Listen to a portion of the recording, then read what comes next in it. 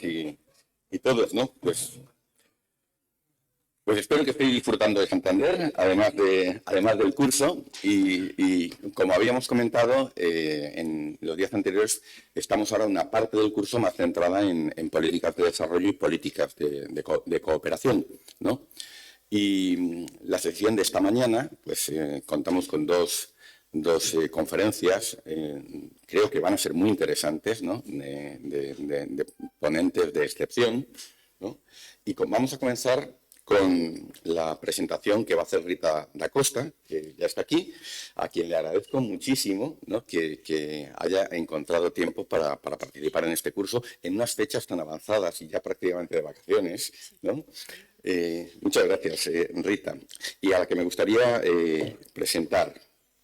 ¿No? Bueno, Rita da Costa trabaja en el Centro de Desarrollo de la OCDE, es analista política en la oficina del director de este centro. Se incorporó a la OCDE en noviembre de 2007, tras haber trabajado en la misión permanente de España ante la Organización Mundial del Turismo y UNCTAD, ¿no? La Conferencia de Naciones Unidas sobre Comercio y Desarrollo, en Ginebra, como joven profesional del Instituto de Comercio Exterior de España, el ICEX, a través de un programa del Ministerio de Industria, Turismo y Comercio Exterior de nuestro país. Es licenciada en Economía por la Universidad de Salamanca, máster en Comercio Internacional por la Sorbona en París y ha trabajado también en International Trade Center, en concreto entre los años 2004 y 2005.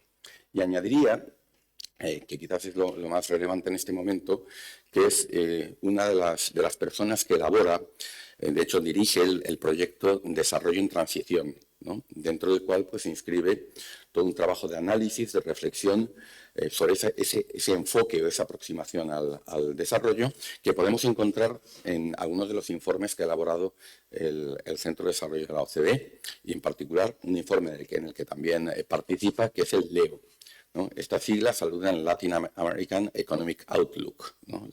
Las perspectivas económicas de América Latina, que es un informe sobre, justamente como su título indica, sobre de perspectiva económica, pero que también, como suele ocurrir en estos informes de organismos internacionales, aborda una agenda temática en cada una de sus ediciones, ¿no? En las últimas han estado dedicadas a este proyecto de desarrollo en transición que el Centro de Desarrollo de la OCDE lleva a cabo en colaboración con la Comisión Económica para América Latina, la CEPAL, y con la Comisión Europea, con International Partnerships. Reitero nuestro agradecimiento, Rita, y bueno, pues tienes la palabra. No, muchas gracias por haberme invitado. Es un placer y la primera vez que estoy aquí en estos cursos de verano, así que espero que la presentación sea interesante. Entonces, como bien decías, trabajo en el Centro de Desarrollo y me encargo de apoyar al Centro de Desarrollo en los esfuerzos de repensar los enfoques de desarrollo y los enfoques de la cooperación internacional. Trabajamos obviamente mucho con América Latina, pero también con África y con Asia. Y entonces, en este marco también trabajamos con el G20, apoyamos el Development Working Group, el grupo de trabajo de desarrollo del G20, y también trabajo con los países menos avanzados.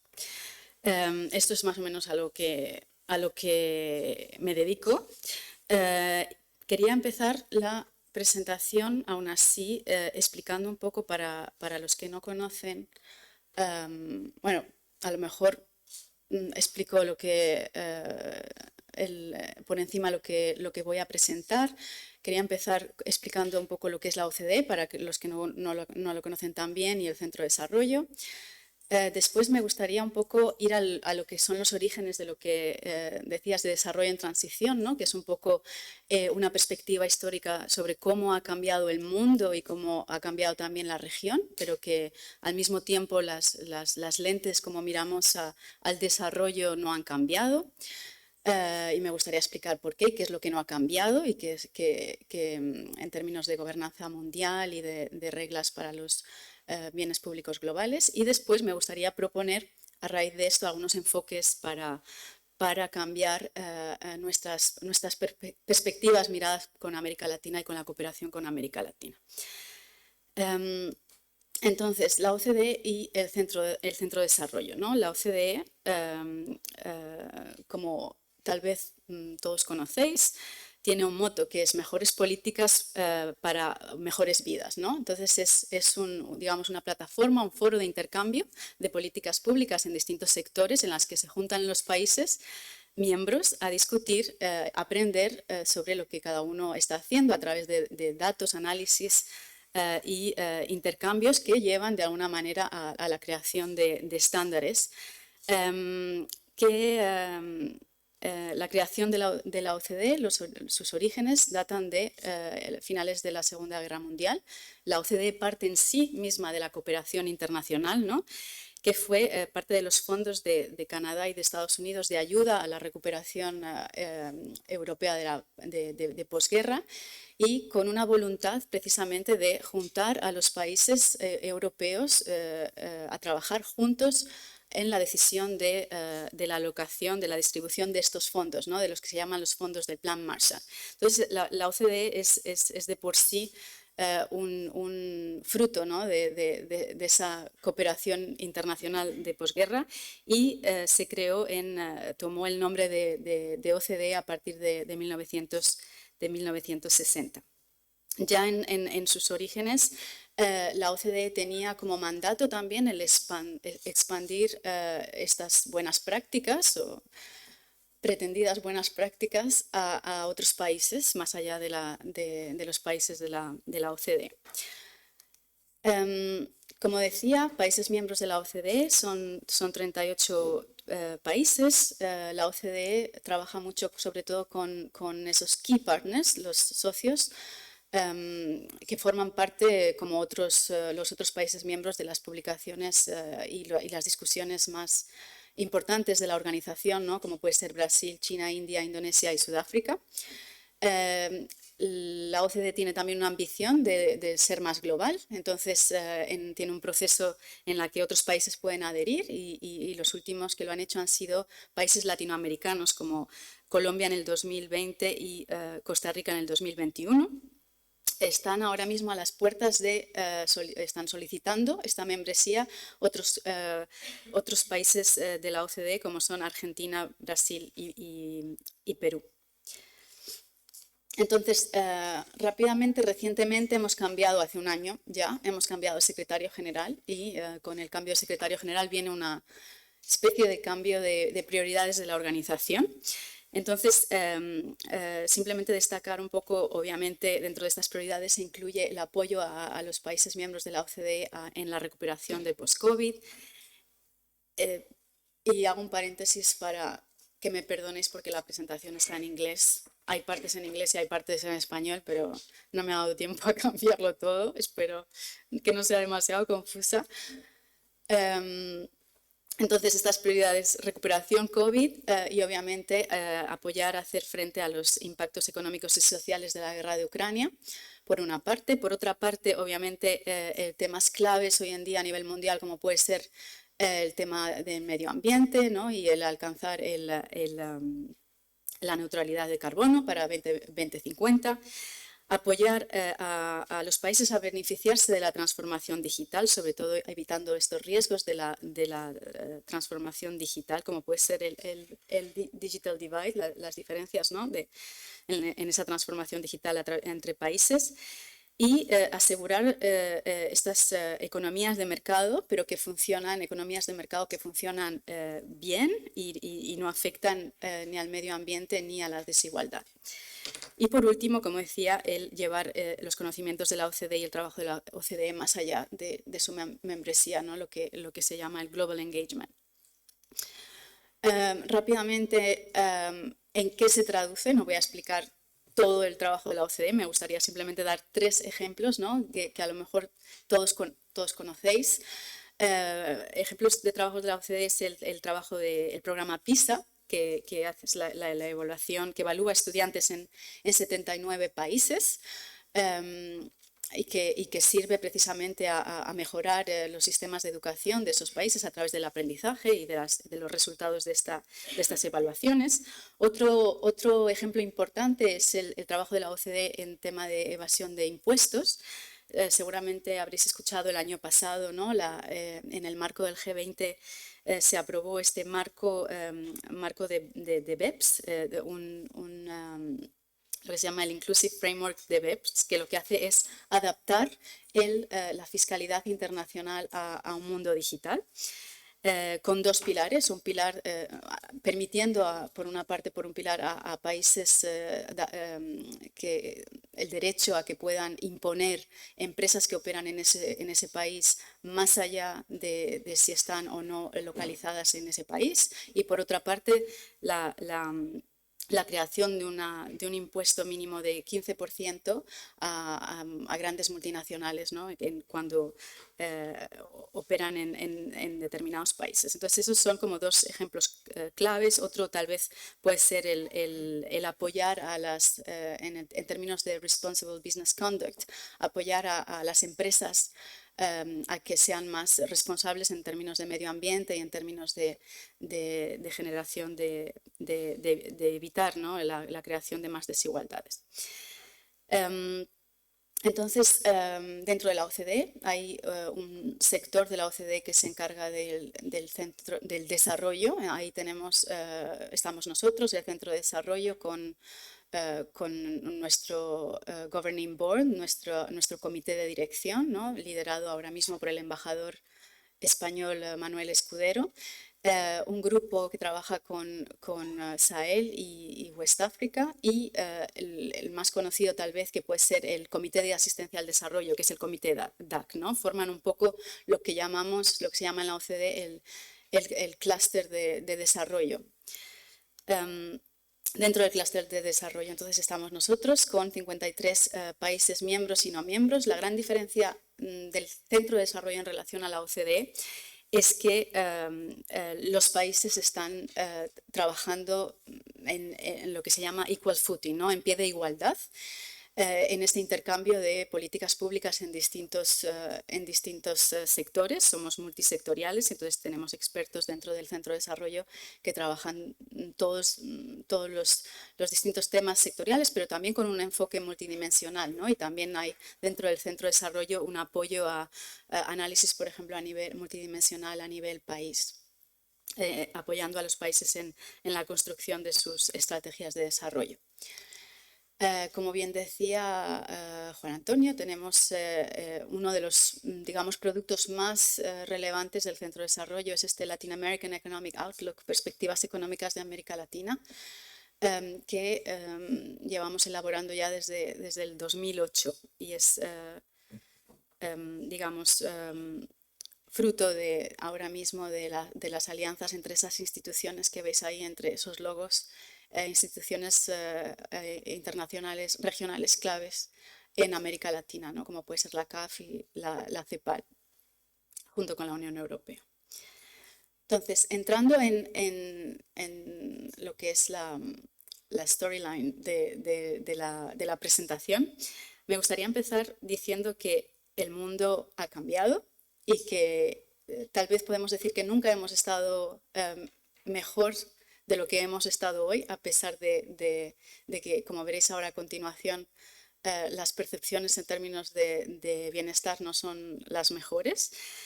El mundo ya no se divide entre norte y sur. Como veis ahí, hay dividiendo el mundo digamos, en cuatro grandes grupos: pobres, vulnerables, convergentes y ricos.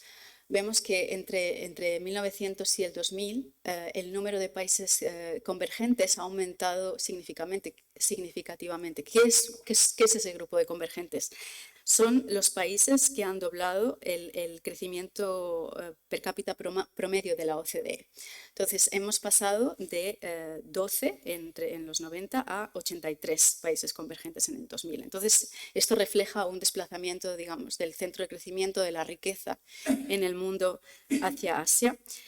Se debe obviamente a la entrada en el mercado de China, India, demanda de materias primas y el crecimiento sobre todo del comercio en el sur, que en esas fechas se multiplicó por 10 en el sur, comparado con por 4 lo que se multiplicó a nivel global, ¿no? Entonces hay ese incremento significativo del comercio sur-sur. Aquí también lo vemos claramente, una vez más, cómo en esa línea continua de países no OCDE se cruza con la línea discontinua de países OCDE.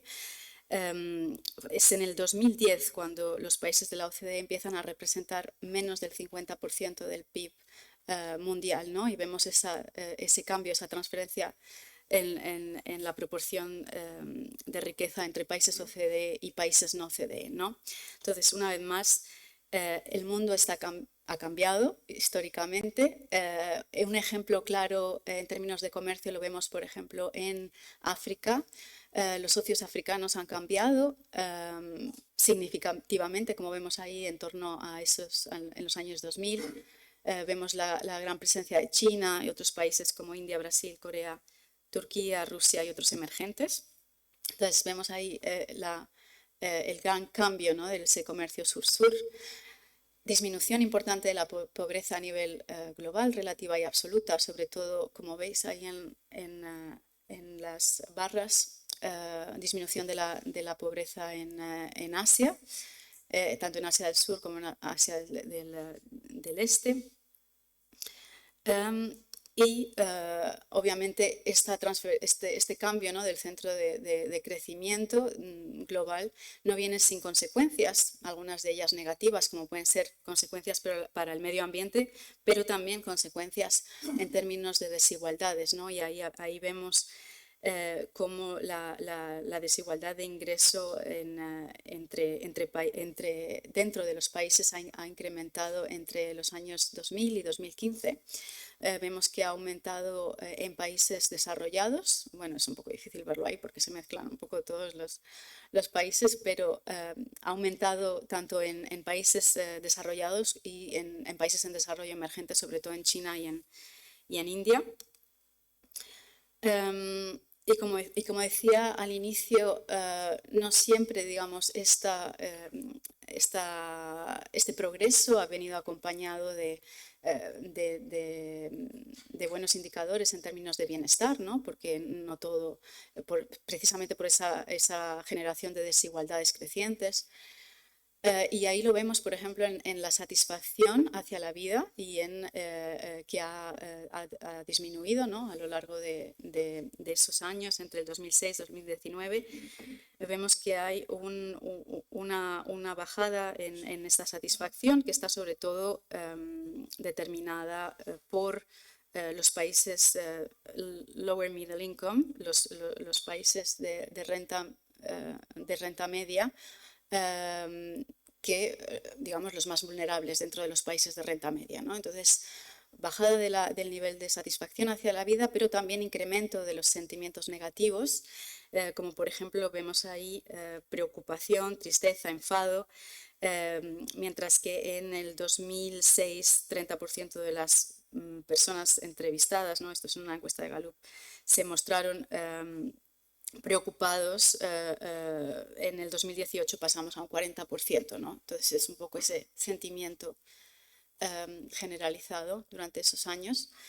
Esto lo vemos también reflejado en el número de protestas, de disturbios. Sobre todo vemos ahí, ¿no?, el incremento hacia finales de los años 2000 y con esa alza en el 2019, ¿no?, que también fue muy importante en países de América Latina.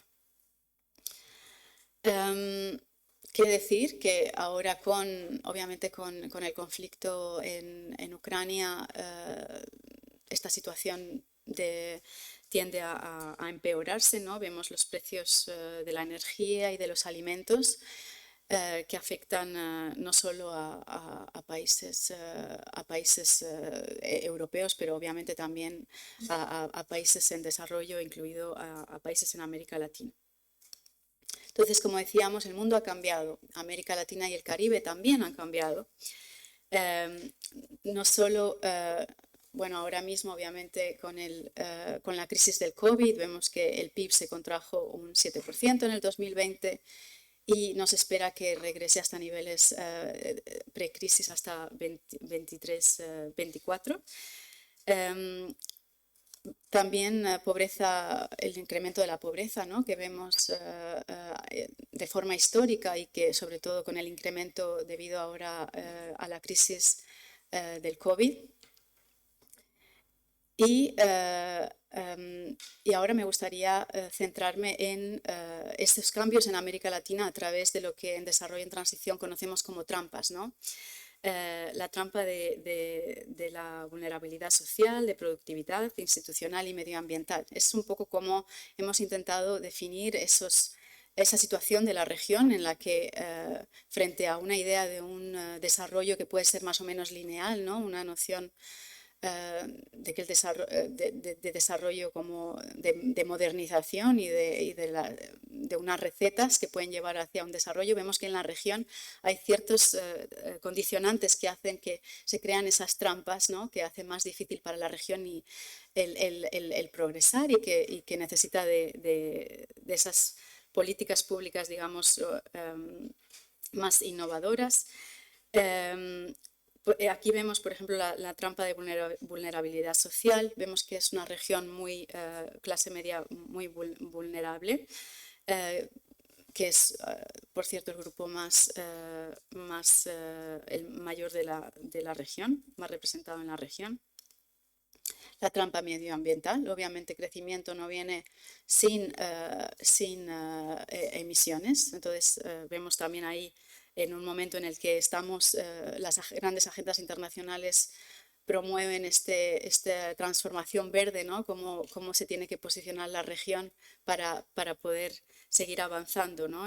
Dentro de esa transición verde. La trampa de productividad. Vemos que en la región hay una disminución incluso de esa productividad en comparación con otros grupos, obviamente con la OCDE y con otros países. Una razón, la informalidad, obviamente, y la especialización, ¿no? de la región en los sectores productivos. Finalmente, la trampa institucional, ¿no? Que es como que aquí la representamos a través de la moral fiscal, ¿no? de cuánto creen los ciudadanos que es justificable o no el pagar impuestos.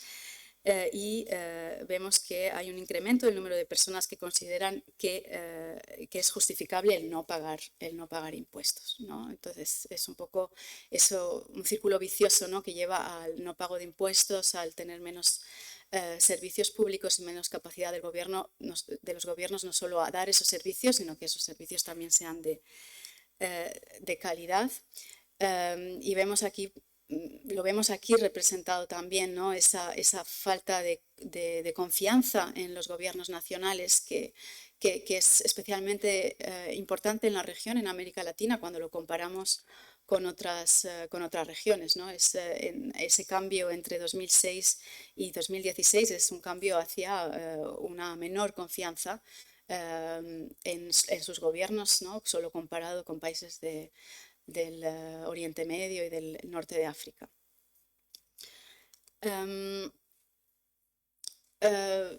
Aquí volvemos una vez más una mirada al presente, ¿no? Y a cómo las presiones inflacionarias afectan a la región, ¿no? Debido al conflicto en Ucrania. Sobre todo, lo más importante es que estas presiones inflacionistas afectan sobre todo a los grupos más vulnerables, ¿no? Y afecta a esa pobreza extrema. Digamos que según datos del último informe del LEO, del Latin American Economic Outlook, vemos que las tasas de inflación para la población pobre extrema son al menos 5 puntos mayores que en el resto de la población, ¿no? Y aquí los precios, obviamente, de los alimentos juegan un papel muy importante. Entonces, problemas, ¿no? de seguridad alimentaria al afectar mucho más a estos sectores más pobres de la población en América Latina. la región se enfrenta a esta situación, a estas trampas y a las consecuencias de la guerra de Ucrania y Rusia con un menor espacio fiscal, ¿no? Cuando la región había pasado por el COVID o estaba pasando por el COVID con una mirada a una esperanza hacia una recuperación transformadora de la región que le ayudara a ir más allá de estas trampas, pues nos encontramos, ¿no?, que los gobiernos de la región tienen mucho menos espacio fiscal porque obviamente se han tenido que dedicar muchos de los recursos, ¿no?, a mitigar esos efectos del COVID, ¿no? Y entonces ahí vemos, ¿no?, entre esos años 2013, 19 y 20, cómo ha incrementado esa deuda pública con respecto a los ingresos tributarios, dejando a los gobiernos con menos espacio de margen para esa transformación, ¿no? Entonces, hemos visto cómo ha cambiado el mundo, el eje, ¿no?, de crecimiento, de foco de la riqueza mundial, ha cambiado América Latina, pero no han cambiado nuestros lentes, ¿no? Y esto es algo que nos hemos dado cuenta a través de la crisis del COVID, cuando veíamos que no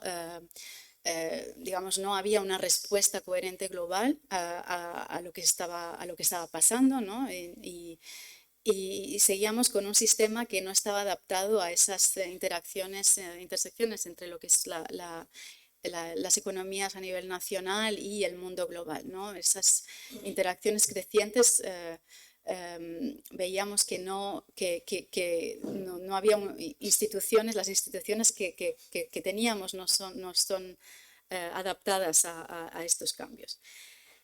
Aquí simplemente es un poco una slide que utilizamos para referirnos a esos cambios, eventos económicos y las distintas grupos e instituciones objetivos, ¿no?, que han surgido a lo largo de estos últimos años, con una dominación, ¿no?, aún hoy en día por parte de los países, digamos, del norte, ¿no? A pesar de que ya no existe este norte y sur, pero estas agendas internacionales todavía vienen muy marcadas y por el norte, y ahí no vemos, por ejemplo, ¿no?, el G20 que surgió a partir de la crisis financiera del 2008, pero sería otro de los ejemplos. Entonces, el sistema multilateral, como decía, ha seguido una inercia aquí simplemente a modo para representar un poco esa concentración aún así en los países del norte, estas agendas internacionales. Vemos como la membresía de la OCDE ha aumentado, pero de forma muy ligera. Lo mismo el DAC o ese grupo de países donantes, ¿no?, que digamos que tienden de cierta manera a recentrarse un poco entre ellos en ese grupo frente a lo que podría ser el centro de desarrollo, ¿no? Términos de gobernanza, una vez más, a nivel global que no funciona, lo hemos visto claramente en los derechos especiales de giro, por ejemplo, ante una falta de liquidez. Nos hemos dado cuenta que el sistema internacional está sobre todo basado en el PIB y que la distribución, por ejemplo, de esos derechos especiales de giro se dan en su gran mayoría a países desarrollados que lo necesitan menos que los países en desarrollo. Ahí vemos... Sí. Perdona, es que estoy viendo algún gesto de sorpresa. Quizás sí. Uno de nuestros estudiantes no sabe qué son los derechos especiales de giro y quién los emite. No se trata de que lo expliques todo, pero sí. si aportas alguna pincelada, claro, pues te pueden seguir mejor. Gracias. Digamos que es un instrumento del Fondo Monetario Internacional que sirve a proveer de liquidez a los países, pero que está fundamentado, digamos, en el PIB o la aportación de cada uno de esos socios. Entonces, digamos que por eso van a ayudar al final a aquellos que tienen que aportan más, ¿no? Ahora hay muchas discusiones en torno a estos derechos especiales de giro que proponen, por ejemplo, transferencias de países en desarrollo a países perdón, en países desarrollados a países en desarrollo, que vayan, por ejemplo, en su momento decían que vayan a esa recuperación transformadora. Por ejemplo, sobre todo, no solo en América Latina, pero sobre todo la voz más fuerte estuvo en África, ¿no? A través de UNECA, de esta institución de Naciones Unidas, ¿no? Vera Songwe, que planteaba una especie de facilities que le llaman, ¿no? de instrumentos que ayudaran a esa transferencia. Y por último, una vez más, el tema de la deuda, ¿no? De la deuda es, una vez más, es que nos encontramos con ese crecimiento de la deuda y se plantea en todos estos organismos internacionales, obviamente, pero también regionales, si no sería necesario hacer una especie de coordinación a nivel global para el manejo de esta deuda, reestructuración de la deuda, para intentar, digamos, apoyar a esos países que, como por ejemplo, cuya deuda ha crecido de forma, ha crecido mucho por los efectos del COVID, ¿no? Entonces, y para los que no ha sido suficiente esta suspensión de los servicios de deuda que se hizo por el G20, por ejemplo, que no fue para países de renta media. Entonces, buscando, hay una, digamos, ambición de buscar apoyos hacia nuevas formas de gestionar la deuda a nivel mundial. Entonces vemos que estamos en un sistema internacional dirigido por el PIB y que no es representativo, ¿no? De este cambio en el crecimiento y esta shifting wealth, ¿no? Que le llamamos esta transferencia de riqueza. Y aquí me paro ante uno de los eventos, ¿no? Que es el evento de la graduación, que es más representativo, ¿no? De este foco en el PIB del sistema internacional de cooperación.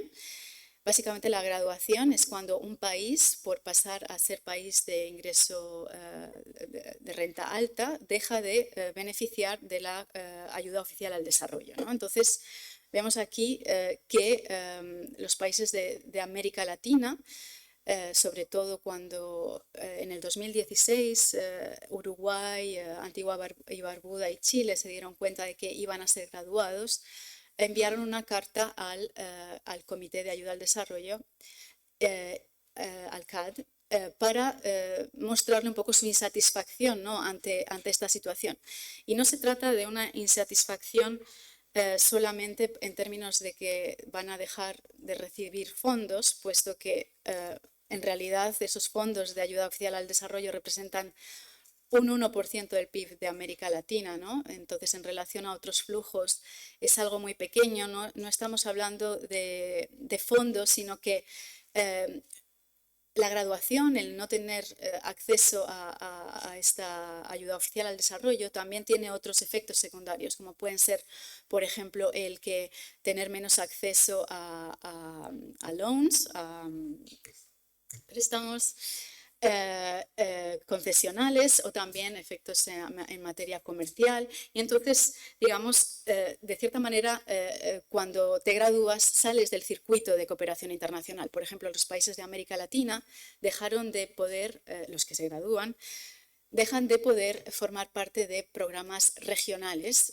por ejemplo, de la Unión Europea, ¿no? que se dirigen a distintos países de la región, pero estos, al estar graduados, ya no son foco de esta cooperación, que muchas veces no es financiera, sino que es cooperación de intercambio de buenas prácticas en políticas públicas, etc., ¿no? Aquí simplemente decir que en estos últimos años, desde el 2011, han sido 7 de los 14 países graduados del ODA han sido países de América Latina, ¿no? Entonces, fue, digamos, esta graduación lo que nos llevó a este concepto, a esta narrativa de desarrollo en transición. Una narrativa que precisamente venía a querer explicar mejor el desarrollo, pasar de esas nociones de desarrollo como un proceso lineal a un proceso multidimensional. La necesidad de ir más allá del PIB, como decía, y de enfocarse en otros indicadores a la hora de medir digamos, el desarrollo de los países y sobre todo nos ayudó a crear esta narrativa, ¿no? Que explicara mejor las trampas de la región y por qué es necesario el continuar integrando a la región en esta cooperación internacional a través del intercambio de experiencias, de políticas públicas, ¿no? el que la región formara parte de ese intercambio, pero también de un sistema global, de un sistema multilateral de cooperación, ¿no? Entonces, digamos, intentando transformar un discurso más normativo, que es el discurso de me gradúo, no tengo acceso a las ayudas, no formo parte del sistema internacional, a un discurso más interpretativo, ¿no? Que mira el desarrollo como un proceso un proceso que puede ser reversible también en cualquier momento, ¿no? Y sobre todo en un momento en el que el desarrollo a nivel nacional no depende tanto solo de las políticas domésticas, sino también de cómo esos países digamos, de la gobernanza a nivel internacional, ¿no? De esos desafíos a nivel internacional. Entonces, algunas de las opciones que, mirando al futuro, ¿no? que queríamos proponer con Desarrollo en Transición, que venimos proponiendo para mirar a esa cooperación con América Latina de otra forma, las he dividido aquí en 3 grandes bloques. Entonces, la necesidad de esas nuevas métricas de desarrollo, más allá del PIB, más allá de la graduación, que aquí nos enfocamos mucho en el tema de well-being, la facilitación de una recuperación transformadora, ¿no? Ese nuevo contrato social que habíamos descrito en el Leo 2021, y cómo es necesario también que la cooperación internacional apoye a ese nuevo contrato social. Y por último, la necesidad de un diálogo sobre estas transformaciones de la cooperación internacional y de las reglas globales, de los estándares globales que afectan al desarrollo de América Latina, ¿no? Al final, las agendas verdes, agendas digitales, necesitan también ser acompañadas por ese diálogo sobre cómo tienen que adaptarse a los países de la región y cuáles son esos estándares, digamos, los distintos caminos que tiene que tomar la región para evitar todos esos trade-offs negativos, ¿no? que puede haber de esas transiciones, por ejemplo. Entonces, en relación a esas nuevas métricas, aquí vemos, ¿no? que el vínculo, simplemente para explicar, ¿no? el vínculo del PIB per cápita con el bienestar es más débil a medida que el ingreso de los países aumenta. Un país más rico, uno pensaría que es un país en el que hay más bienestar cuando no es el caso, ¿no? Como puede ser. Aquí hay un grupo de países, no solo América Latina, pero aplica igual en la región. Aquí vemos que en América Latina, aunque el PIB per cápita ha continuado creciendo en una perspectiva histórica antes de la crisis del COVID, ¿no? La satisfacción con la vida cayó. Entonces vemos ahí digamos que no va a la par, ¿no? el PIB con indicadores de bienestar.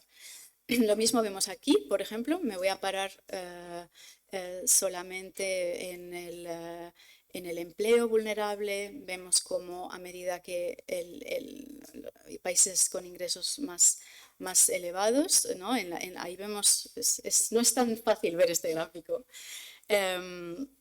Vemos cómo un poco el empleo vulnerable no es siempre dependiente del nivel de ingresos de un país, ¿no? Y tenemos, por ejemplo, en países de ingresos medios altos de la región, en América Latina, donde los máximos de empleo vulnerable son mayores que, por ejemplo, en países de América Latina es el punto negro, ¿no?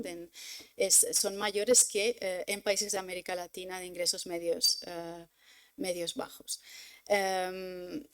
Entonces, una vez más, no siempre un mayor crecimiento quiere decir una menor vulnerabilidad, ¿no? Hay una serie de condiciones que hacen que,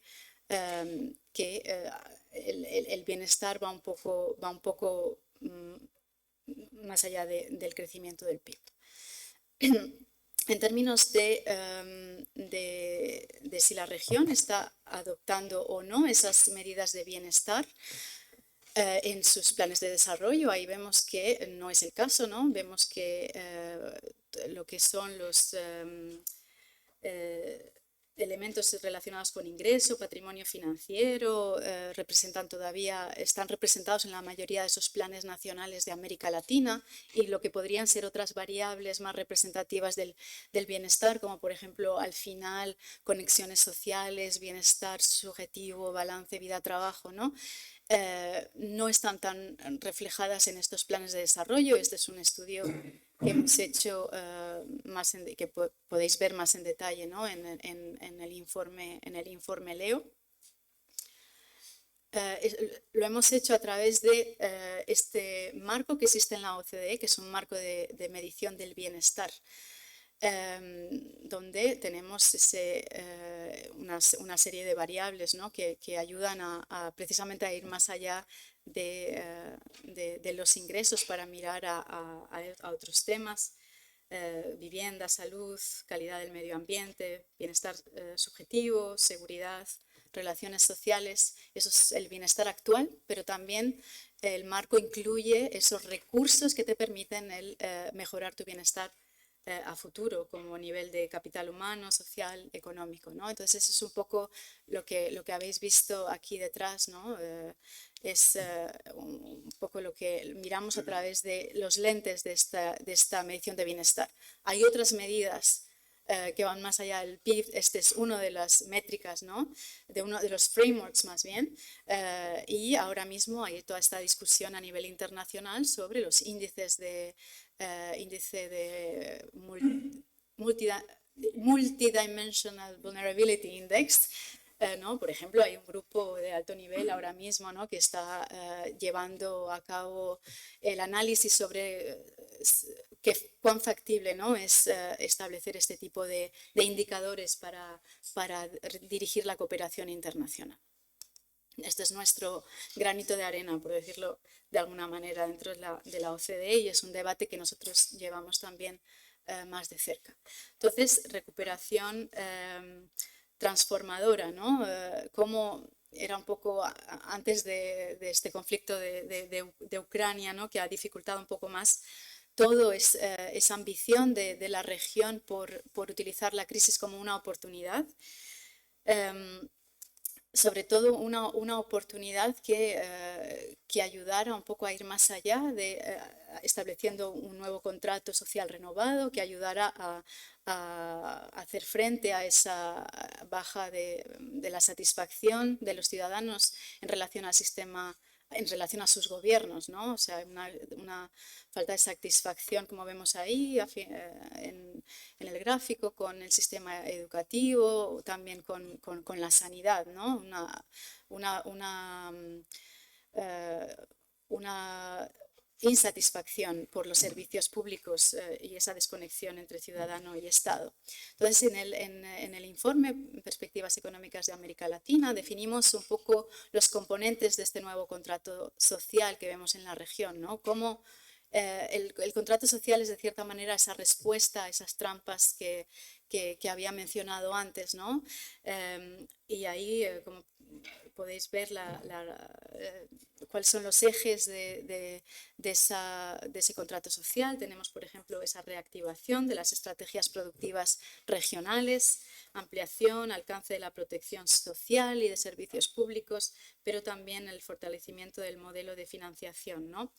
Todo esto, lo importante es que se haga de forma justa, legítima y estable, ¿no? Esos componentes del contrato social necesitan asegurarse entre grupos económicos, entre territorios y entre generaciones, ¿no? Y ahí vemos, por ejemplo,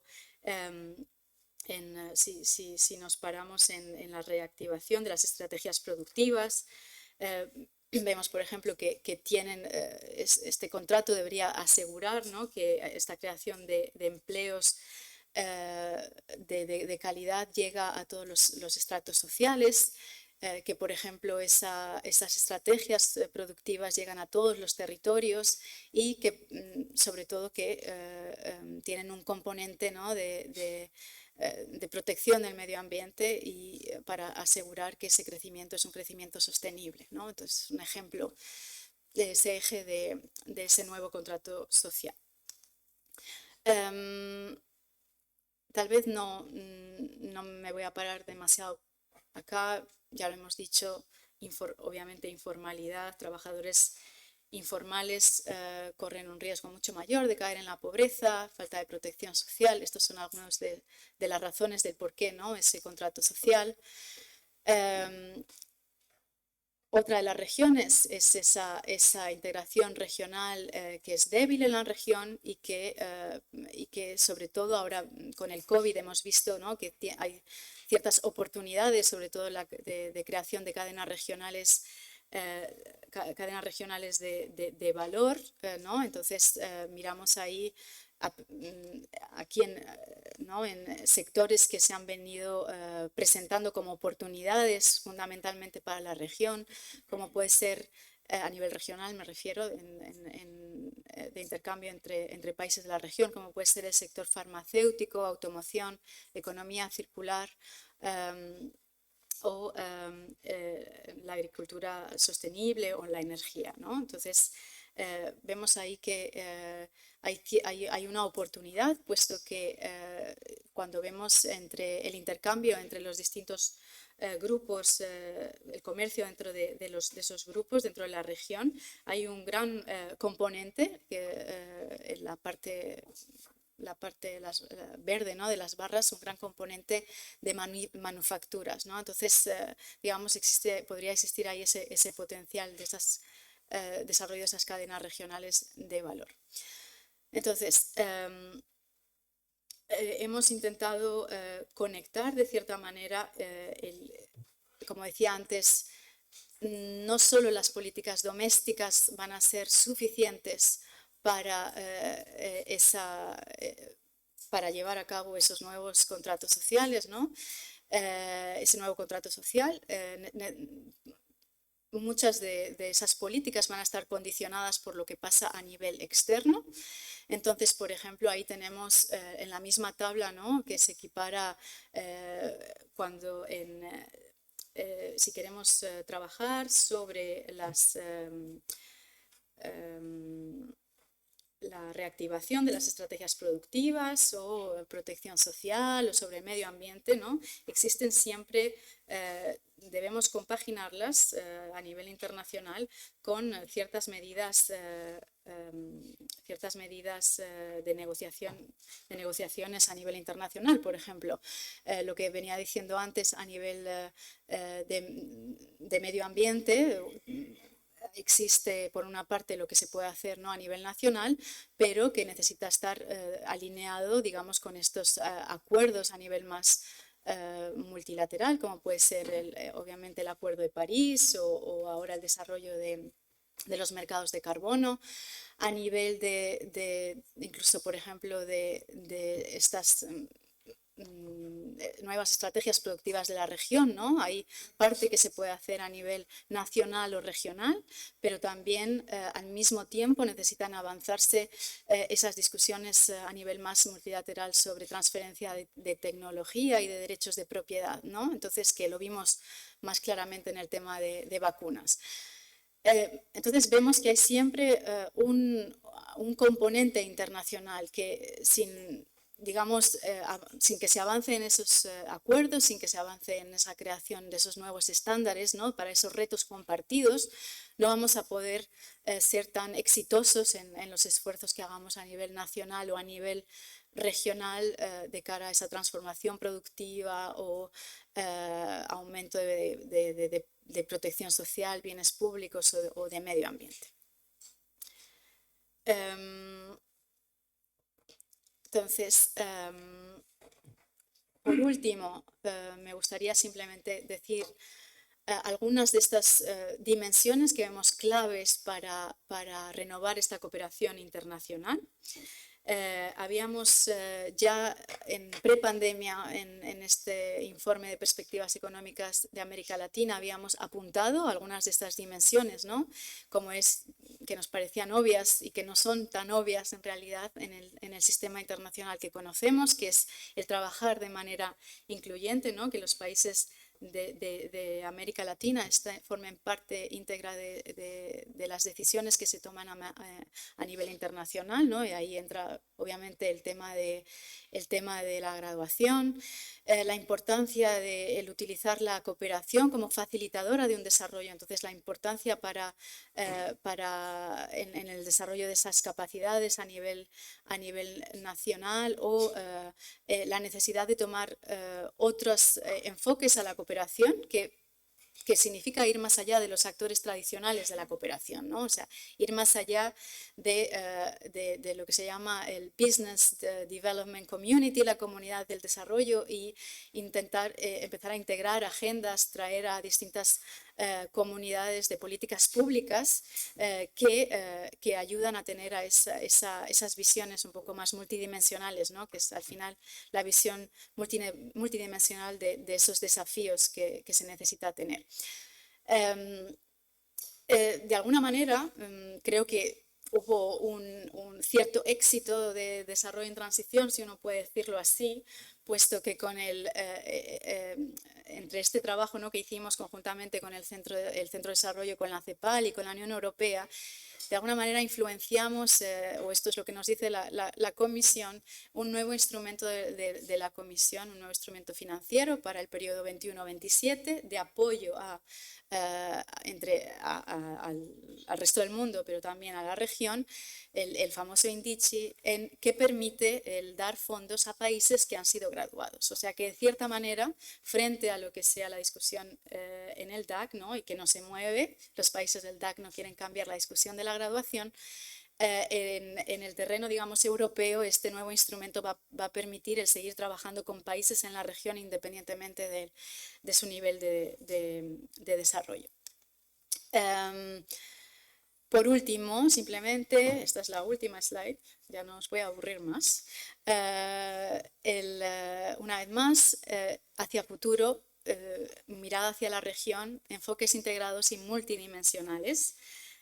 Un enfoque en los ciudadanos y en los hogares, cómo construir esos puentes entre ciudadanos y este mundo más global, ¿no? Es un reto todavía pendiente. Coherencias de políticas públicas, secuencias, cada vez nos damos más cuenta, ¿no?, de esas interrelaciones entre lo ambiental y lo social, por ejemplo, ¿no?, que pudimos ver con la crisis de COVID, salud. Múltiples herramientas y actores.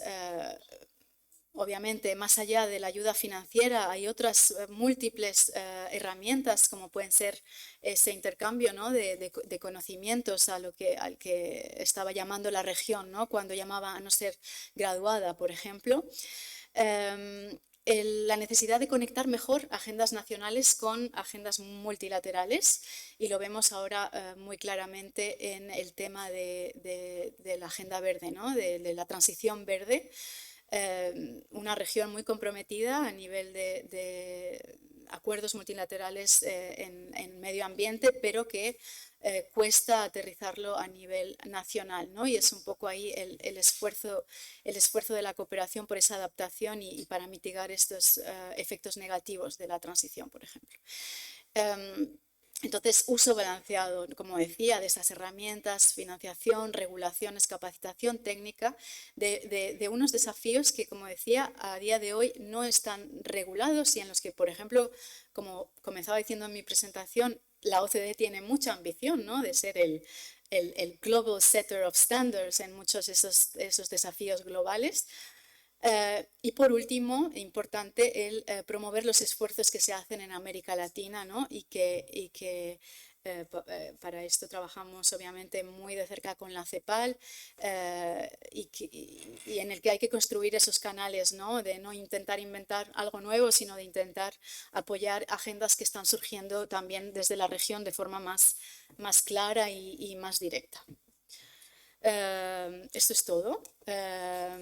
Espero que haya sido lo suficientemente Claro, muchas gracias.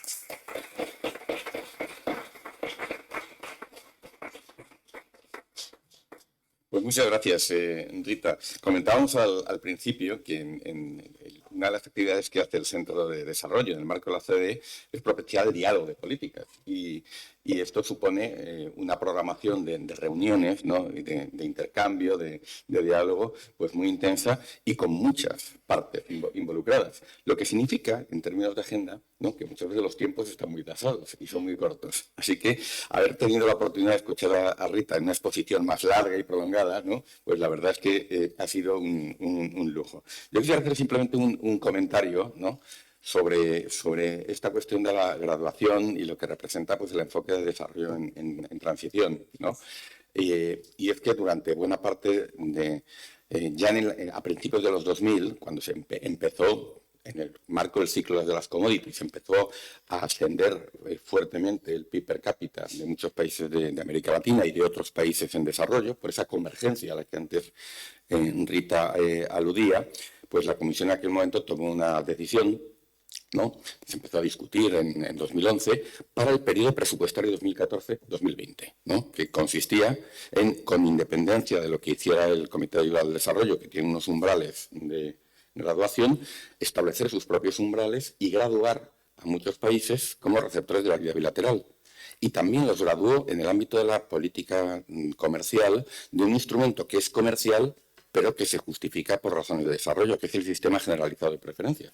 Entonces, además, fijaros, para que tengáis también una idea, ayer hablábamos de la fragmentación que hay en el seno de la Unión Europea, y es que la lista de países graduados de la ayuda no coincidía con la lista de países graduados del SPG, ¿no? Lo que, en fin, no habla, en fin, suscita pues algunas preguntas, ¿no? respecto a la coordinación y al enfoque, a la coherencia en el seno de la propia Unión Europea. De esto también habíamos hablado, ¿no?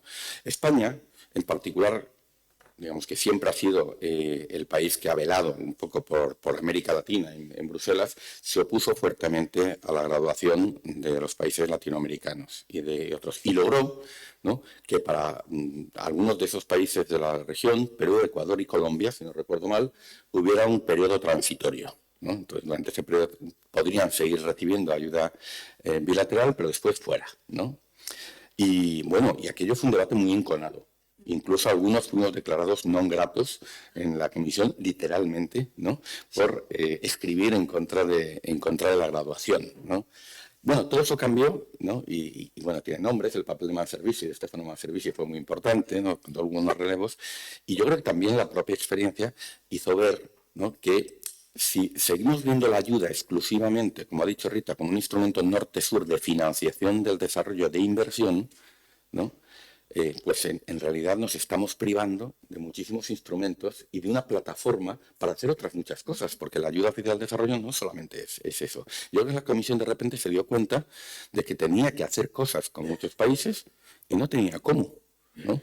Y incluso hubo una guinda para eso, que es que cuando estalla la crisis del COVID, una de las enseñanzas de la crisis del COVID, en mi modestísima opinión, es que ha puesto de manifiesto que las distinciones entre graduados y no graduados no solamente son incorrectas, sino que además son perjudiciales. Porque, de hecho, la Comisión se ha encontrado con que tenía que trabajar para hacer frente colectivo y solidariamente frente al COVID con países de América Latina, ¿no? que habían sido graduados, y el reglamento financiero se lo prohibía. Porque esto no era solamente un enfoque doctrinal, es que estaban las normas jurídicas. Bueno, son algunos detalles, abundando lo que ha dicho, en lo que también ha explicado Rita. Bueno, ahora estamos en otro momento y justamente en el nuevo ciclo de programación, en el nuevo marco financiero plurianual 2021-2027 de la Comisión, hay un instrumento, el ENDICI, ¿no?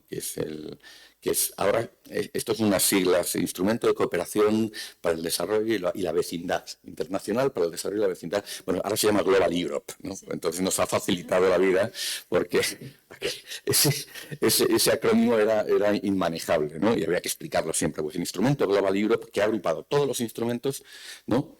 Claro, sigue poniendo énfasis en los países más pobres, de menor renta, pero permite hacer cooperación con los países antes graduados, es decir, diluye esa cuestión, el criterio de graduación, aunque el CAD sigue haciéndolo, ellos siguen ahí como bien has dicho, no parece que se hayan movido. Entonces, bueno, esto es un paso muy positivo. Pero además quisiera añadir otro dato, ¿no? Nosotros hemos tenido una discusión en los últimos 3 años en España respecto a la reforma de la cooperación al desarrollo. Después de hablar de eso, Anton Leis, y habló un poquito de ello también la secretaria de Estado en la conferencia inaugural. Claro, no entro en este detalle, pero me gustaría hacer una aportación muy breve. Y es que la ley, claro, se planteó este mismo problema, porque al final la cooperación española tenía planes directores y los planes directores priorizaban los países por niveles de renta, ¿no?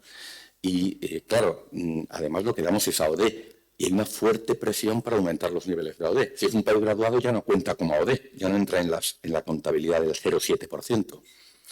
Entonces, bueno, lo que se ha hecho en estos 3 años, en esa reforma, es un proyecto de ley de cooperación al desarrollo, el que mencionó la secretaria de Estado, que ahora ya está terminado, ya lo ha aprobado el Consejo de Ministros y ha entrado en el Parlamento. Ahora está en su tramitación parlamentaria. Entonces, el proyecto de ley introduce 2 novedades. La primera de ellas introduce el concepto de desarrollo en transición expresamente. Hay varios pasajes, ¿no? Entonces, yo quiero aquí reconocer públicamente la influencia que ha tenido la doctrina Centro de Desarrollo de la OCDE sobre nuestra propia reflexión. De manera que incluso en la ley aparece este concepto que es más amplio, más multidimensional y que permite hacer cooperación con países que no son solamente los más pobres, solamente los que son AOD. Y también se especifica que con muchos de los instrumentos, incluyendo la cooperación financiera, esto es importante, se trabajará con todos los países independientemente de su nivel de renta, independientemente que sea AOD o no. Esto va a plantear algunos dilemas inevitables, porque claro, hay toda una comunidad del desarrollo, opinión pública, partidos, ONG, que van a insistir mucho, 0,7, 0,007, AOD, ¿no? Claro. Y entonces, si se hace cooperación con países que no califican como países en desarrollo, que digamos en los que los fondos que se otorgan no son AOD, pues ahí va a haber una tensión inevitable. Pero en cualquier caso, ya no es excluyente, ¿no? Entonces, en el futuro de la cooperación española se podrá hacer una cooperación más amplia, más omnicomprensiva, con países que no califican no están en la lista del Comité de Ayuda al Desarrollo como los que se computa como AOD. Bueno, este es otro apunte. Es un avance, el dilema es inevitable, va a seguir existiendo porque el 0,7 y la AOD es una categoría que está muy instalada, ¿no? Pero quizás a lo mejor se puede hacer algún comentario por tu parte, Rita, respecto a otras métricas que se están proponiendo para tratar de salir o de solventar ese dilema. Lo dejo ahí y si te parece, pues abrimos entonces ahora el espacio para preguntas y comentarios. Aquí tenemos la primera. Tengo que facilitar el micro para el streaming de vídeo.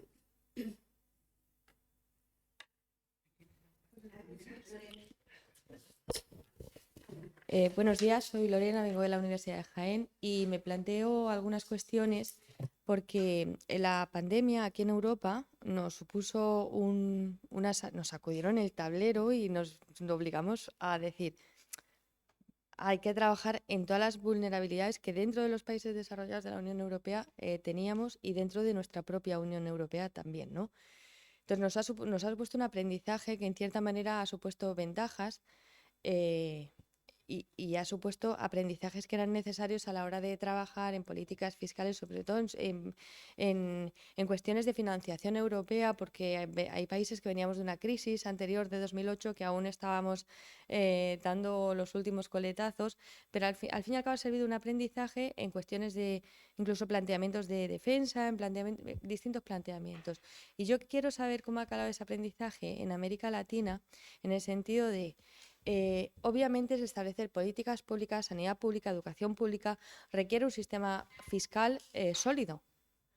Y sin eso, sin la conciencia del impuesto, incluso aquí nos sonará a todos la frase de hay que hacer un esfuerzo, ¿no?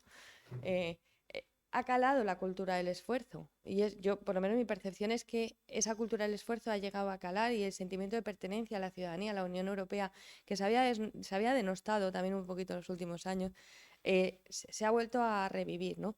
Entonces creo que en América Latina la necesidad de una sanidad pública, de un sistema hospitalario que pueda atender las crisis sanitarias, que pueda asistir en los desastres climáticos también, que cada vez son más importantes, no se puede sostener sin un sistema de impuestos, obviando esto, el trabajo informal, que también es otra lucha con la que el trabajo informal, si no contribuye al sistema tributario, mal podemos hacer. Entonces, no sé si ese aprendizaje ha calado en la ciudadanía y en los propios estados.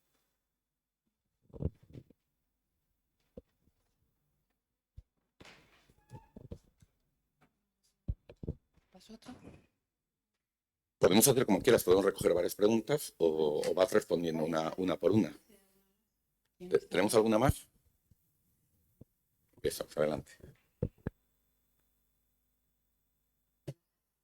Pues respondo. Entonces, a lo mejor empiezo por la última pregunta. Una cultura del esfuerzo.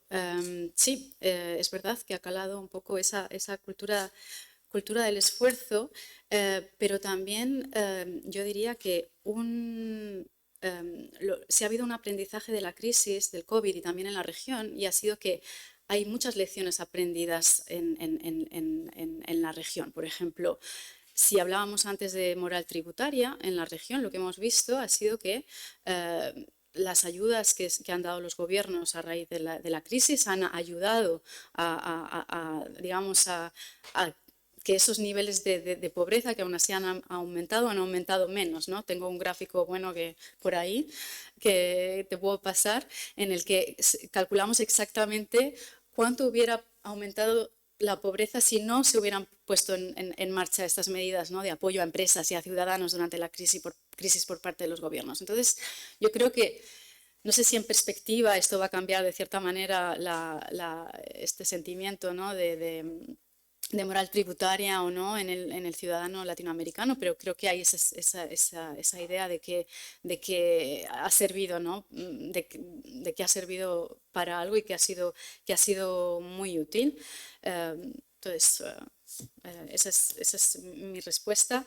En relación a la graduación, ¿no? Sí, la graduación es un tema que, aunque veamos tan claramente en la presentación que no tiene sentido y que distintos países cambien un poco las reglas, etcétera, etcétera, en París y en el CAD es una discusión, y ahora apago el micro, que no se puede tener porque hay países, digamos, que están muy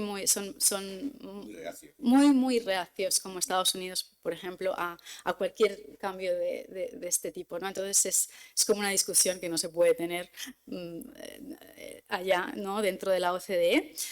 A pesar de esto, tenemos, por ejemplo, México, país miembro de la OCDE, que sí que está ahora mismo proponiendo digamos una nueva medida más allá del PIB para lo que es el TOSST, para esta, digamos, ODA Plus, ayuda oficial al desarrollo.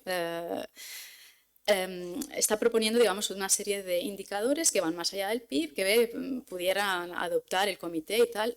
También con muchas reacciones por lo que nos cuentan, pero es una discusión que ahora por lo menos han puesto sobre la mesa en un grupo de trabajo del CAD. Por otra parte está Chile, ¿no?, por fuera, la Agencia de Cooperación, que, por ejemplo, ahora recientemente en estas reuniones del High Level Political Forum de Naciones Unidas, ¿no?, han querido volver a sacar el tema de desarrollo en transición, tanto ellos, Costa Rica también, pero sobre todo Chile con la idea de pasar de graduación a lo que ellos llaman gradation, que es intentar buscar un método que digas, ok, me vas a graduar, pero por lo menos tener una serie de etapas, ¿no?, previas a esa graduación y que no sea de forma tan radical. Esto es una de las posiciones de Chile. Costa Rica, quien también solicitó otro evento dentro del marco de estos High Level Political Forum, tiene ya una mirada un poco a desarrollo en transición que va más allá del tema de graduación, y ellos tienen más en cuenta un poco lo que yo venía contando al final, que es cómo tiene que cambiarse en sí la cooperación internacional para que sea más inclusiva, cuáles son esas reglas, ¿no?, de lo que decíamos antes de los derechos especiales de giro o en sí cuestionando esta ayudas norte-sur. Entonces, digamos que algunos tienen alguna mirada un poco más amplia todo el sistema, que dice, bueno, dejemos atrás la graduación y empecemos más bien a mirar cómo transformar el sistema de cooperación, en general el sistema multilateral, ¿no? Y aquí esto me lleva a esos nuevos ejercicios. Por ejemplo, nosotros nos asociamos con este grupo que promueve el Global Public Investment, inversión pública global, que es precisamente una nueva forma de mirar a estas, digamos, transferencias financieras, mirando a la cooperación al desarrollo como si fuera inversión pública, pero en este caso una inversión pública global, entonces donde todos los países contribuirían y del que todos los países se beneficiarían, pero en el que todos tendrían más o menos unos roles similares, ¿no? sin ese rol de poder, ¿no? Norte-sur. Entonces esto es algo en lo que están trabajando estos compañeros y en que nosotros nos asociamos y que tiene su red también en América Latina, África, Asia, etcétera, y que entonces también va un poco el debate por planteamientos completamente outside the box de la graduación.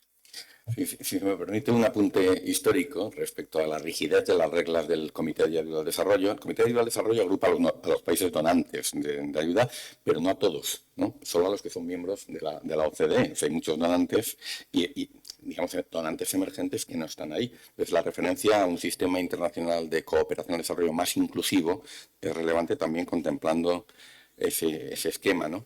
Bueno, pues a principios de los años 90, cuando se produjo la caída del muro de Berlín y muchos países de Europa Central y Oriental vieron caer brutalmente su PIB de manera transitoria y empezó a otorgárseles asistencia financiera en grandes cantidades, pues se suscitó un debate muy interesante, porque hubo países como Alemania que dijeron, tomando el criterio del PIB, dijeron, miren, Polonia ahora es un país en desarrollo, porque su PIB había caído, o una de las nuevas repúblicas exsoviéticas, Ucrania, ¿no? Pues un país, Ucrania sigue en la lista del CAD.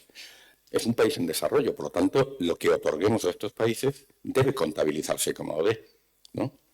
Y claro que inmediatamente, los que tenían vínculos postcoloniales con África, Inglaterra, Francia, dijeron, no, eso no puede ser, ¿no? Y además esto va a encubrir un desvío de ayuda. Ustedes van a dejar de dar ayuda a los países más pobres, se lo van a empezar a dar a los países de Europa Central y Oriental. Claro, eso ilustra también otra cuestión que es muy importante con el debate sobre el PIB, como medida de desarrollo, porque el PIB mide flujos, pero no mide stocks.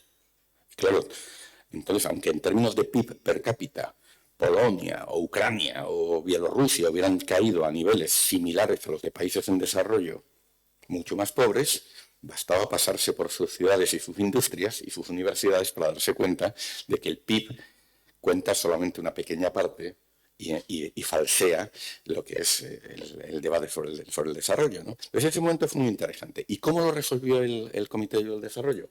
Pues creó otra lista aparte de países, ¿no? Al final se llegó a un acuerdo y entonces, además de la lista del CAD que incluye a los países y territorios en desarrollo que reciben ayuda oficial al desarrollo, creó una parte 2 de la lista del CAD, ¿no? Y entonces se contabilizó, se incluyó ahí a toda una serie de países que en vez de recibir ayuda oficial al desarrollo, recibían ayuda oficial, sin la D, Official Assistance, ¿no? Y ahí estaban todos ellos. Entonces se tuvieron las dos mediciones. Estuvo bien porque fue una buena solución, porque por una parte preservó, digamos, lo que es la ODE en términos de transferencia de recursos a países que siguen necesitando inversión, los más pobres, pero al mismo tiempo permitió contemplar situaciones como las de esos países. Y fijaros, a esos países que están en la parte 2 de la lista del CAD, que solo reciben ayuda oficial en la D, se les llamó países en transición, ¿no? Bueno, eso se terminó, quiero recordar, corrígeme, creo que se terminó en el 95. Entonces ya se eliminó la parte de la lista del CAD, se volvió a lo de antes, porque claro, ya se habían recuperado. Pero bueno, este pequeño cuento, este pequeño episodio histórico, ¿no?, de cómo muestra que si en un momento es necesario, se pueden cambiar las reglas, ¿no? Y se puede reconocer una realidad más compleja. Y efectivamente en 1989-90, la caída del muro, la aparición de todo ese grupo de países como países que necesitaban asistencia, claro, un tipo de asistencia distinta, porque claro, no era tanto inversión porque los stocks estaban ahí, sino sobre todo asistencia técnica, buenas prácticas, formas de hacer política en una economía que ya no era la de planificación centralizada, seguridad nuclear, por ejemplo, que se hizo mucho con todo esto. Es decir, muestra que si se quiere se pueden modificar las reglas. O sea, nada está escrito como si fuera las tablas de la ley, en piedra, digamos, ¿no? Entonces, yo creo que este debate sobre el desarrollo en transición amplía notablemente la mirada y pone también de manifiesto la rigidez que está habiendo en el Comité de Ayuda al Desarrollo. Bueno, eso a lo mejor OCDE no lo puede decir tan claramente, pero como yo soy un profesor universitario más o menos irresponsable, aunque esté en la Fundación Carolina ahora, pues puedo decir estas cosas. Yo creo que es una rigidez que no ayuda, ¿no? Y que desde luego, vamos a ver, aquí hay un debate de fondo, de ideas y de concepciones del desarrollo, ¿no?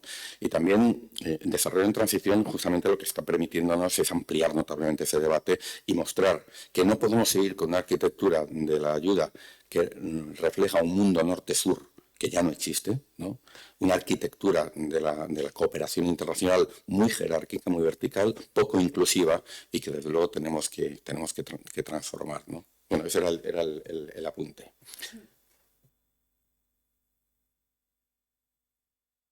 No, simplemente comentar que efectivamente es un debate rígido y que ha llegado al punto en el que existía, digamos, un grupo, un diálogo que comenzó hace como unos 5 o 6 años entre el CAD y América Latina, ¿no? Y comenzaron a discutir, pero claro, sobre la cooperación CAD-América Latina.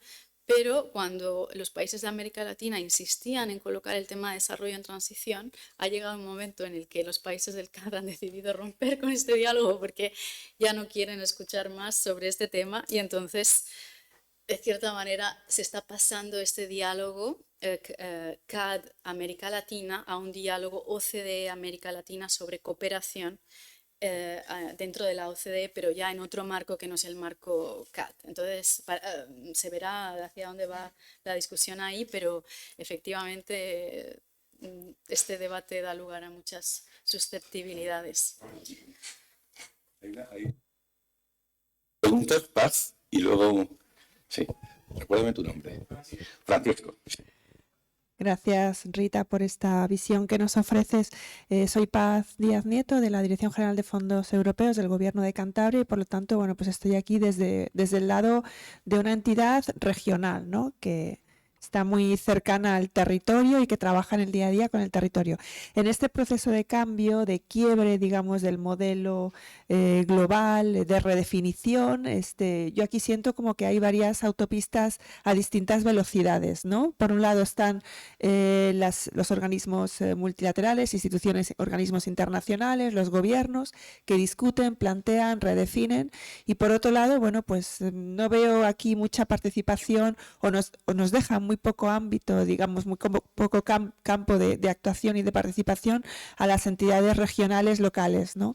Que al final parece que no pintamos nada en todo esto, ¿no? Y esto va un poco en la línea con la última diapositiva que mostrabas, donde precisamente uno de los grandes retos que facilitabas o que intuías es, en primer lugar, promover enfoques integrados, mayor participación ciudadana, y quiero entender también que las entidades regionales y locales, y sobre todo, bueno, conectar agendas. ¿Y dónde queda lo regional en esta agenda? Porque mencionas esa conexión de las entidades nacionales con esa agenda multilateral, pero ¿dónde quedamos los demás, ¿no? Como te digo, siento que todo esto pasa por encima de nosotros, que estamos fuera de la redefinición de este modelo, de este orden global, y bueno, pues estamos un poco a la espera de lo que digan los de arriba, ¿no? Sin que podamos tener ámbitos de participación. Y todo esto viene muy en la línea porque desde el Gobierno de Cantabria, y aprovecho aquí a comentarlo, hemos estado colaborando muy estrechamente también con la OCDE en una temática que es precisamente incentivar la participación ciudadana en la toma de decisiones, en la definición de los planes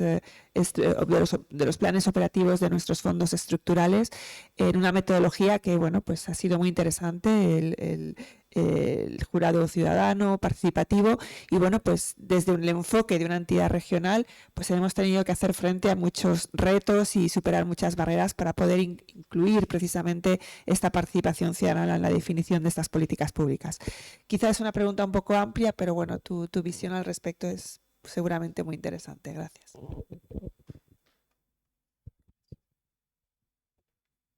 Hago la pregunta. Francisco Ruiz Portugués, de Argentina. Quería saber cómo se instrumenta la práctica de estas ayudas y cómo es el proceso de cuando los países proponen un proyecto para solicitar una de esas ayudas, si hay un proceso de votación o cómo se instrumentan en la práctica. Gracias.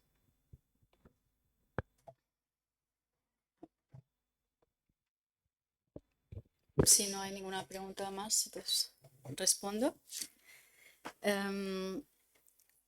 Me ha gustado mucho la pregunta que me has hecho porque responde exactamente refleja ese descontento, ¿no?, del que estaba hablando, el descontento del territorio, del ciudadano, en relación a esa falta de mano en relación a todos esos desafíos globales que están pasando y sobre los que el ciudadano ve que no tiene ningún poder de acción, ¿no? Entonces yo creo eso alimenta en gran parte ese descontento, ¿no?, que veíamos en alguna de las diapositivas. Y que también se ve un poco reflejado en la falta de poder que tienen los gobiernos mismos a nivel nacional al enfrentar estos retos globales, ¿no? Entonces hay dos cosas, no solo que los ciudadanos no se ven, no ven que no tienen mano, ¿no?, para tomar ciertas decisiones o en materia de desafíos globales, sino que también ven que sus gobiernos tienen muy poco poder de acción. Por ejemplo, cuando en la globalización hemos visto el poder de las empresas frente al poder de los gobiernos, ¿no? Entonces hay un poco, todo esto forma parte de este descontento creciente. El tema de la localización del desarrollo, de cómo traer al ciudadano a esta esfera más internacional, yo creo que va a ser un debate que se va a llevar a profundizar mucho más en los próximos años, y por ejemplo es algo que la India, quien tendrá la presidencia del G20 en el año entrante, si no me equivoco, es algo que van a poner sobre la mesa, lo que es en localización del desarrollo, pero en general la transformación de la cooperación al desarrollo y sobre todo cómo traer a los países del sur a este G20 y cómo traer al ciudadano a estas decisiones, ¿no?, de más top level, es algo que se va a discutir más y más. En relación a la pregunta de estas ayudas, ¿cómo se deciden las ayudas? Bueno, al final, por mucha ownership que digamos, se propone dentro de esta distribución de las ayudas, al final es una decisión que compete, ¿no?, a esos países, a los países donantes, ¿no?, cuáles son los sectores, países que privilegian, dependiendo de sus prioridades. Es algo que es decidido a nivel nacional, no a nivel, digamos, de CAD. En el CAD, en lo que es en el comité, se discuten, por ejemplo, si la ayuda, las decisiones, la forma en la que cierto país ha dado estas ayudas corresponde a unos ciertos estándares, ¿no?, que han acordado entre ellos. Pero no se toman decisiones sobre dónde dar prioridad a esos fondos en general. Sí, si me permites, Rita, hacer un poco aquí también de profesor universitario, ¿no? Entonces, por complementar y responder a tu pregunta, porque quizás damos por sobreentendidas algunas cosas que no se conocen, y esto es a fin de cuentas también un curso, ¿no?, además de un foro de discusión. A ver, el Sistema Internacional de Cooperación y Ayuda al Desarrollo, ¿no?, en su gobernanza, que es la discusión que estamos teniendo, ha tenido históricamente un foro central que ahora entendemos que es poco representativo y poco inclusivo, pero que es el Comité de Ayuda al Desarrollo de la OCDE, que agrupa a los donantes más importantes, Estados Unidos, Francia, Alemania, Italia, España, ¿no? España se incorpora tardíamente por su evolución. Entonces, ahí el CAD tiene 3 funciones, particularmente. Son muy importantes. La primera de ellas es la que ha señalado Rita da Costa. Es que establece estándares, guidelines, orientaciones sobre cómo debe hacerse bien la cooperación. Por ejemplo, guidelines sobre cooperación al desarrollo y prevención de conflictos, sobre cooperación al desarrollo e igualdad de género, sobre cooperación al desarrollo y lucha contra la pobreza, sobre reforma del sector seguridad, policías, etcétera, sobre gobernanza y descentralización, sobre evaluación de impacto ambiental. Hay una colección de guidelines que no son vinculantes, pero que se elaboran a partir de la práctica puesta en común de los países donantes. A veces no se escucha mucho los receptores, hay que decirlo, en la elaboración de estas guidelines, o sea, lo que los donantes han aprendido. Primera función, por lo tanto, elaborar las guidelines. Segunda, que es muy importante, compilación de estadísticas, ¿no? Entonces, el secretariado del CAD recibe los datos de ayuda oficial al desarrollo conforme a un sistema que se llama el Creditor Reporting System, el CRS, que son 200 y pico páginas, un manual con el que los estadísticos de cada país donante reportan a la OCDE cuánta ayuda están dando. En el caso español, por ejemplo, una de las funciones de la Dirección General de Políticas de Desarrollo Sostenible, que depende de la Secretaría de Estado, que ya habéis conocido el lunes, es que compila las cifras de ayuda del gobierno central, de los gobiernos regionales y de entidades como, por ejemplo, las universidades, que también contribuyen. Todo eso se suma, se clasifica unas hojas Excel enormes y se manda a París. Y en París los estadísticos del CAD, con una metodología muy robusta y ya muy asentada, filtran esos datos, porque claro, los países pueden tener en un momento dado algún incentivo para portarse mal, intentar colar como OD, que en general son bien portados, porque claro, saben que no pasa, ¿no? Que no pasa el examen, ¿no? Pero por ejemplo, en 1999, cuando se produjo la guerra de Kosovo, ¿no? y los militares hicieron ayuda humanitaria en la guerra, pues intentaron meter muchos millones de gastos de amortización del material militar que se había desplazado, y los estadísticos del CAD dijeron, miren, eso no pasa. No, usted me está colando aquí para hinchar sus estadísticas de cuán generoso es y cuánto se acerca al 0,7, y eso no pasa. Pasó con varios países, le pasó a España, ¿no? Entonces, ¿y esto qué nos proporciona? Nos proporciona estadísticas muy robustas y internacionalmente comparables del esfuerzo de ayuda que realiza cada país. Esto es muy importante. Entonces, cuando decimos cuánto da cada cual al 0,7 y pones un ranking de los más generosos y los menos, pues eso está filtrado por la OCDE. Lo que tiene además una consecuencia. Generalmente, ¿no? Cuando tratamos de analizar la ayuda que lo dan los donantes, vamos primero a las cifras de la OCDE antes que las de los países. Fíjate, nos fiamos más de esas cifras. Segundo elemento, la compilación estadística. Bueno, esto tiene también, por cierto, una dimensión muy importante de rendición de cuentas y transparencia. Si yo ahora quiero saber cuánta ayuda han dado los donantes, por ejemplo, para igualdad de género, en América Latina, por años, ahí están los datos. Y esto es muy importante porque Naciones Unidas no lo tiene, ¿no? Está en la OCDE. Claro, no cubre todos los países, solamente cubre a los donantes que son miembros de la OCDE y alguno más, pero esto, digamos, es utilísimo porque nos permite saber qué está pasando y tener series históricas. Y, en fin, las estadísticas son muy relevantes y hay que tener buenas estadísticas. Tú procedes de un país donde a veces las estadísticas no han sido muy fiables, entonces sabes de qué estamos hablando.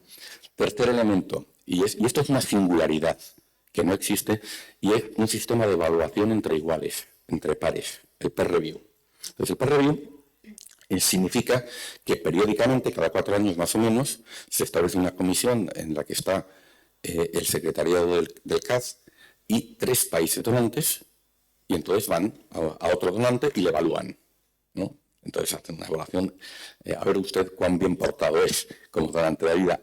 La pregunta es, ¿hace usted una ayuda de calidad? Entonces, cuidado, la pregunta no es tanto si su ayuda reduce la pobreza, porque eso requiere otras metodologías, sino si usted responde a lo que entre todos hemos acordado que son las buenas prácticas. Es decir, aquí hemos acordado entre todos unas guidelines de policy, de cómo debe hacerse en la cooperación. Entonces, a ver, usted responde a esto. Y entonces hacen una valoración y emiten unas recomendaciones. Y le dicen, hasta la vista, baby. Como ese. Pero en 4 años nos vemos. Y a los 4 años lo primero que voy a mirar es si has cumplido estas recomendaciones. Claro, no son vinculantes.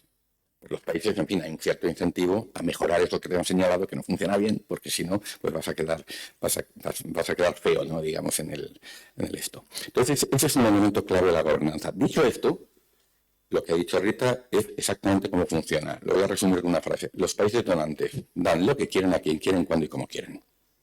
La ayuda es voluntaria y discrecional.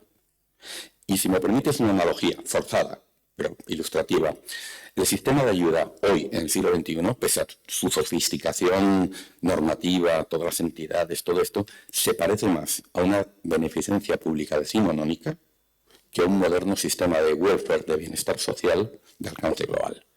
Los países en desarrollo, los países donantes no tienen obligación de dar ayuda, ni hay obligaciones respecto a los criterios de distribución, y los receptores no tienen derecho sobre esa ayuda.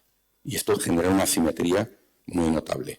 Entonces, claro, permíteme también una comparación forzada, pero nosotros tenemos en la Unión Europea un sistema de transferencias norte-sur muy potente, se llama política de cohesión.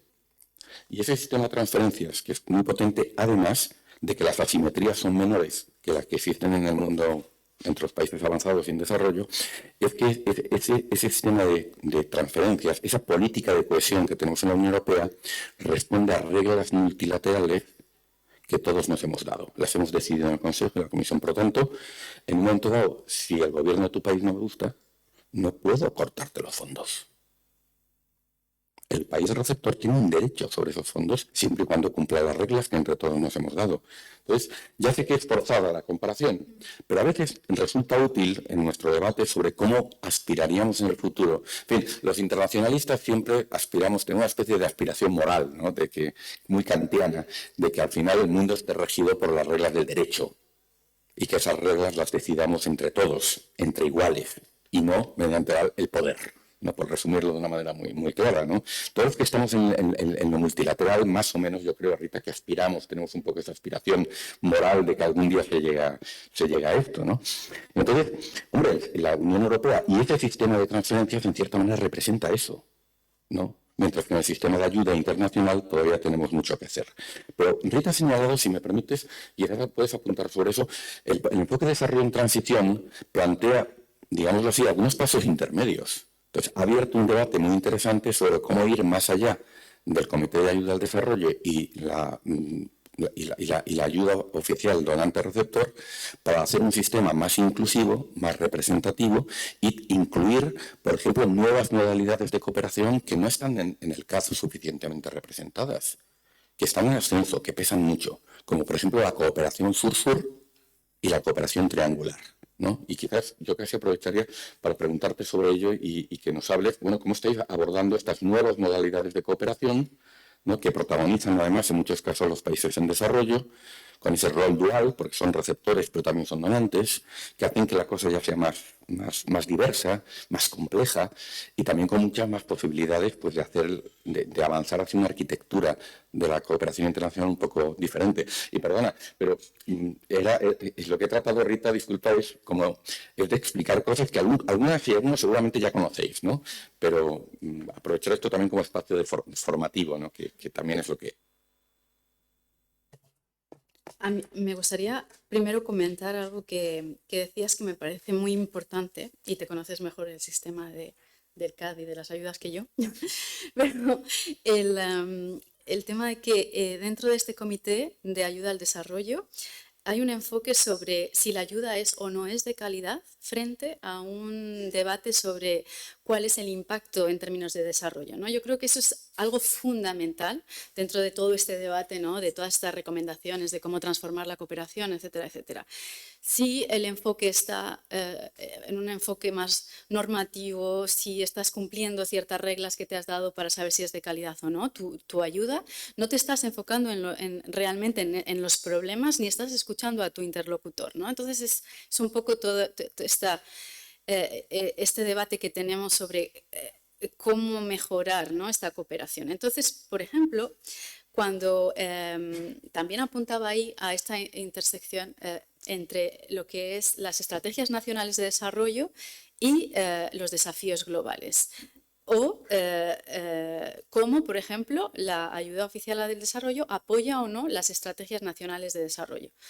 Cuando, por ejemplo, uno va a mirar a lo que hace el CAD y mira a las encuestas, ¿no?, para mirar si la ayuda es de calidad o no, y por ejemplo va a mirar si cierto país ha tenido en cuenta la estrategia de desarrollo de otros países, entonces la pregunta es prácticamente, ¿has mirado, sabes que existe una estrategia de desarrollo? ¿La has mirado? Entonces, todo lo que se pregunta. Entonces, en términos de ownership o de apropiación, lo único que uno puede saber es que sí, el país donante era consciente de que el otro país tenía una estrategia de desarrollo y que muy probablemente la ha mirado, pero no se sabe muy bien cómo, ni con quién la ha discutido, ni si ha habido un debate o no. Entonces, obviamente si se ha alineado o no, eso ya es demasiado pedir. Entonces, por eso yo creo que es muy importante el crear esos espacios precisamente de debate, ¿no?, entre cuáles son las estrategias nacionales de desarrollo. Esto es un debate que llevamos en el Centro de Desarrollo con nuestros países miembros. Cómo generar ese debate sobre las estrategias de desarrollo del país y alinearlas con las ayudas que se pudieran llegar por parte de donantes, pero también por parte de otros países socios, como puede ser otros países del sur, ¿no? Entonces, ¿qué plataformas pueden existir para eso, ¿no? Obviamente nosotros nos planteamos como uno de esos espacios, pero hay muchos. Porque, por ejemplo, a través de una herramienta que tenemos, que es una herramienta de diagnóstico y de recomendaciones para las estrategias nacionales de desarrollo, que llamamos las Multidimensional Country Reviews, intentamos delinear esas prioridades para después ver la compatibilidad con lo que se podría ofrecer, ¿no?, como ayuda, y ayuda me refiero más allá de ayuda financiera, qué tipos de intercambios son necesarios, qué tipos de regulaciones son necesarias, etcétera. Entonces, ¿por qué Centro de Desarrollo? He dicho, hay otras muchas plataformas, pero por ejemplo muchas de ellas son bancos. Hay también debates, hay también estas plataformas, por ejemplo, en el Banco Mundial, ¿no? El Banco Mundial mira muy en detalle a todos esos países en desarrollo, pero la cuestión es que al final siempre hay un objetivo que es un objetivo ligado a esa financiación, a esos préstamos, etcétera, que no existe en la OCDE, ¿no? No existe en la OCDE, no existe en el Centro de Desarrollo. Entonces, a futuro, ¿qué plataformas puede haber para hacer esa conexión? ¿Cómo mejor conectarse con el CAD? Son plataformas totalmente distintas. Estas son esas preguntas, ¿no?, abiertas para esa transformación de la cooperación. Este es un debate que surge mucho también, no solo, obviamente no solo en América Latina, es un debate general a todos los países en desarrollo. Ahora mismo, y como cuña publicitaria, también deciros que, por ejemplo, en África, lo que es la NEPAD, la Agencia de Cooperación de la Unión Africana, nos ha pedido el darles apoyo en relación a este trabajo que hemos estado haciendo de desarrollo en transición y ver con ellos cuáles son los ejes, ¿no?, para esa transformación de la cooperación que puede ser más facilitadora del desarrollo de África. Lo que ellos también se dan cuenta es que son años y años de cooperación sin demasiado resultado y entonces quieren ver cómo plantear mejor esas agendas africanas dentro de la cooperación al desarrollo, y vamos a tener un evento ahora en la UNGA, en la Asamblea General de Naciones Unidas en septiembre, con ellos, en el que vamos a empezar un poco a discutir este tema. Es una asociación que, igual que hacemos en América Latina con la CEPAL, hacemos en este caso con UNECA también, van a estar asociados. Y la idea es empezar a generar un poco este debate también en el continente africano, y estamos muy contentos con esto, ¿no? Hay otros sentimientos de la descolonización de la ayuda, ¿no?, que aparecen un poco en África, que va más allá de América Latina, ¿no? Es un poco distinto, pero tiene muchas similitudes también, y creo que va a ser un debate interesante. No sé si tenemos alguna pregunta o comentario más. pero que nadie se sienta, digamos, asustado por la complejidad, ¿no? y de estos debates, ¿no? Porque bueno, son en cualquier caso debates muy relevantes y a los que hay que estar atentos.